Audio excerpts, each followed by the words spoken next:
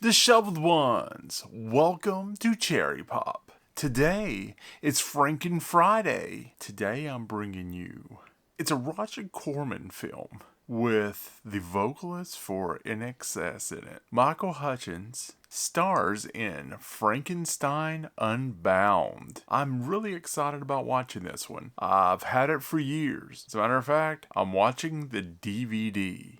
I don't dive into my DVDs a lot, but when I do, they must be special. So I have the 20th Century Fox DVD. I bought this back at least 10 years ago from McKay's Used Books, Games, and Movies. They're a local used store.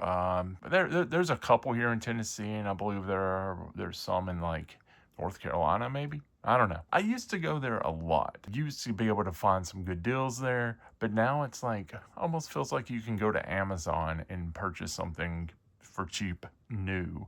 And it's not like they give you a lot of trade credit or cash for things. I mean, they don't give you anything.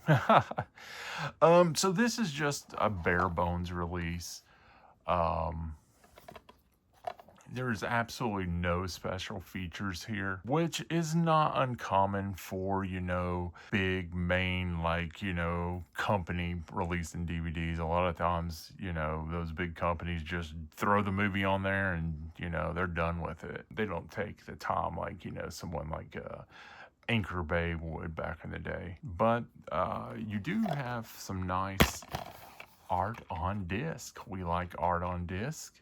And you do have a card too. You don't get this everywhere these days. Arrow is really good about that, and Vinegar Syndrome, Synapse will give you some books, but for the most part, and I think Criterion, they're pretty good about that. But your major studios will not do that anymore. And RIP 20th Century Fox, by the way. I mean, that's not even a company no more. Disney now owns it. Why is there no Blu-ray of this? I know Scream Factory has a lot of Corman's Blu-rays that they're putting out. Why don't they put this one out on Blu-ray? I don't know. But I've got my pop and I'm ready to watch. Well, I like it.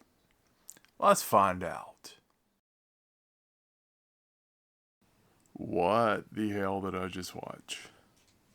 Wow. Before the transition, I jokingly said starring Michael Hutchins, knowing that he wasn't top billing, but I didn't know how little he would be in the movie, and let me just say, it was very little. I purchased this DVD over a decade ago, and purchased it because Michael Hutchins was in the movie. Boy, I didn't know what I was getting. This was Roger Corman's last movie that had a theatrical release. And to me, the movie played more like a episode of Doctor Who.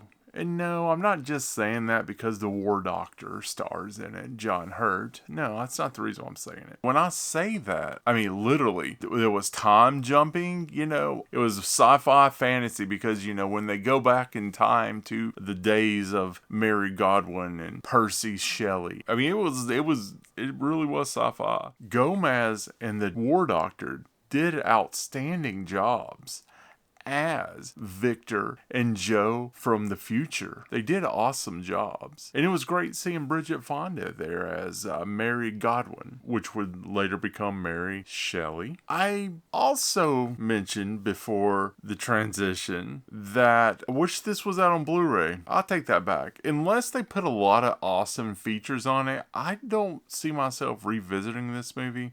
This is not like really my style. It was enjoyable. Don't get me wrong. It was enjoyable. If you've never seen it, do yourself a favor to see it. I just don't see myself, spending more money on this movie because it's interesting. Honestly, after about 45 minutes, it starts getting good. But to me, I'm already kind of checked out and, enjoying seeing the acting of Raoul and of John Hurt. Seeing Jason Patrick is always a pleasure. He did outstanding in this film. Michael Hutchinson barely had any lines in this movie. Let's talk about the awesome car that John Hurt had. That car was badass. What do you guys think?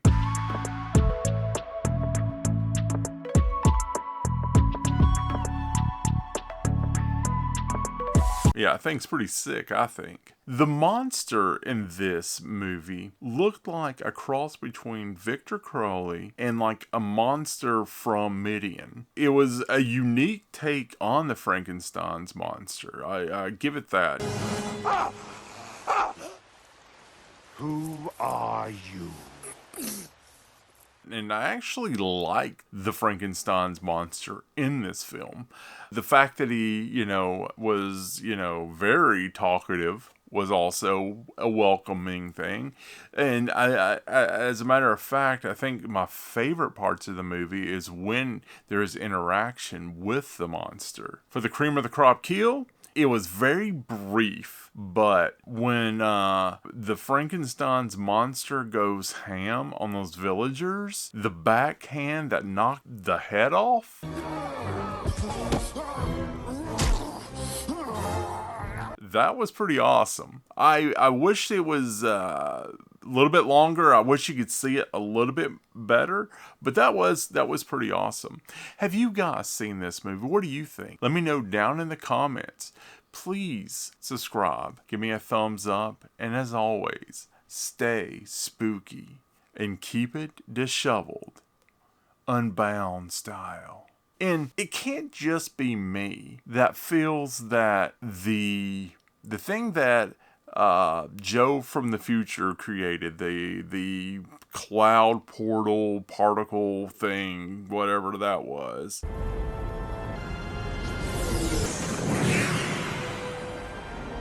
It looked like a vajayjay, did it not? I think so.